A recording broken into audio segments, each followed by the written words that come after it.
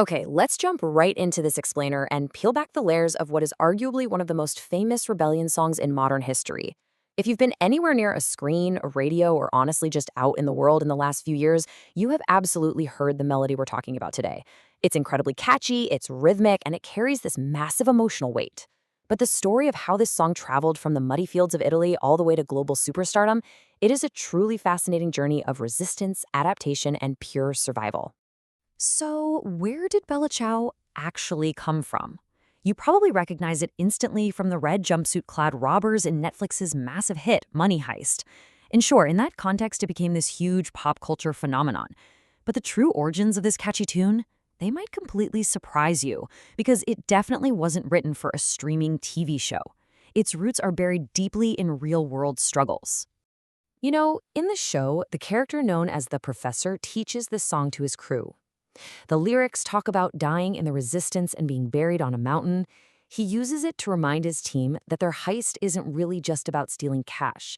It's this Robin Hood-style fight for freedom against a rigged system that completely failed them. And while the show is fiction, those lyrics carry a very real, very heavy historical weight that ties back to actual revolutions. To really understand it, we're going to time travel backward today. We'll start from its 2017 pop culture explosion, move back through the 1940s World War II era, touch briefly on a really surprising 1919 New York recording, and go all the way back to the 19th century rice fields of northern Italy. We're going to uncover the song's deeply debated historical roots and figure out exactly how it evolved into what it is today. Section 1. The Partisan Resistance. World War II and the Fight Against Fascism. Peeling back our very first historical layer, we land in 1940s Italy. Now, this is a really dark period, defined by the brutal occupation of Nazi Germany and Benito Mussolini's fascist regime. This is the era most of us closely associate with the version of Bella Ciao we hear today. The partisan lyrics tell this gripping mini-narrative. Basically, it's the story of a fighter waking up, discovering their country has been invaded, and just knowing they have to fight back.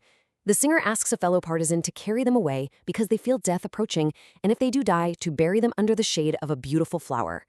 That flower becomes the ultimate symbol of the partisan who died for freedom. It is incredibly moving. But here is a total historical bombshell. Despite its massive reputation as the ultimate World War II resistance anthem, historians actually debate whether partisan brigades widely sang it in the trenches at all. In fact, prominent historians and even former partisans have pointed out that there's very little documentary evidence of it being sung during the actual 20 months of the partisan war.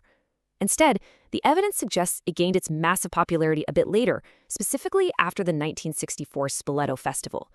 It was basically embraced as this inclusive, unifying anthem that could bring all the different political factions of post-war Italy together. And then it spread internationally through World Youth Festivals in places like Berlin and Prague. Section 2. Hardship in the Rice Fields, the 19th Century Roots. So the lyrics didn't just appear out of thin air in the 20th century. To find the undisputed origin of the words, we have to peel the onion back even further, all the way to the late 19th century Po Valley in northern Italy. This takes us completely away from the battlefield and right into the agricultural heartland. The original singers were the Mondine. These were impoverished female rice weeders recruited from the lowest social classes to do incredibly exhausting work. Imagine spending your days barefoot, in water up to your knees, pulling weeds just to protect delicate rice shoots. They dealt with biting insects, relentless mosquito infestations, and grueling hours, all for terrible pay. They sang Bella Ciao, which literally translates to "Goodbye, Beautiful," out of pure desperation, protesting their abusive conditions and lamenting the loss of their youth. Seeing how these two versions compare perfectly bridges the song's evolution. You have the Mondine version, a local folk lament about a cruel boss standing over them with a cane, the sheer torment of mosquitoes, and losing their youth to hard labor. But decades later, that exact same structure completely morphed into a nationwide battle cry. The boss with the cane, replaced by the foreign invader. The struggle for daily wages, that became a fight for national liberty. And the tragic loss of youth was transformed into a beautiful flower marking a martyr's grave. The framework of oppression stayed exactly the same, but the entire context shifted. Okay, so that's the lyrics, but what about the tune itself? Well, researchers looking into the music made a really fascinating discovery.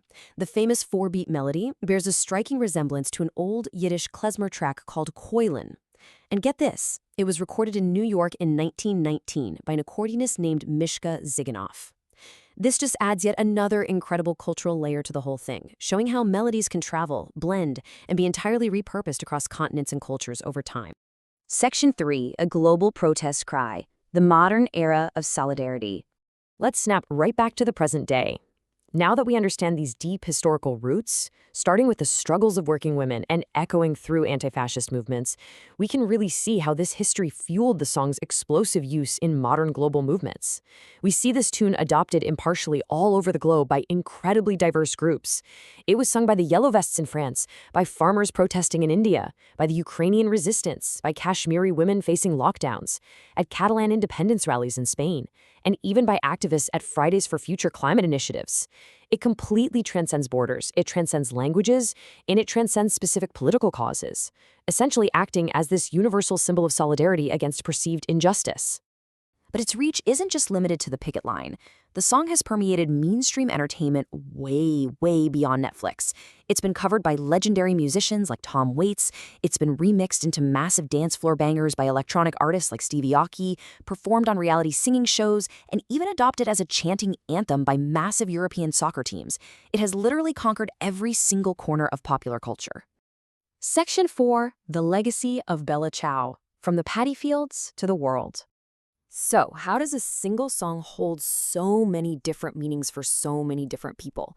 When you tie all these disparate threads together, this incredibly compelling narrative of survival emerges. It started with the very real suffering of female rice workers in the 19th century. Then it was adapted into this powerful anti-fascist narrative. From there, it spread globally through post-war youth festivals, and finally, it completely solidified its status in the 21st century as the ultimate pop culture anthem for the oppressed. It just proves that a simple, catchy folk song can dynamically adapt to give a voice to the voiceless in literally any century. Given its unbelievable journey from the mosquito-infested mud of Italian rice fields right to the streaming screens of millions of people around the globe, I want to leave you with this final thought to ponder.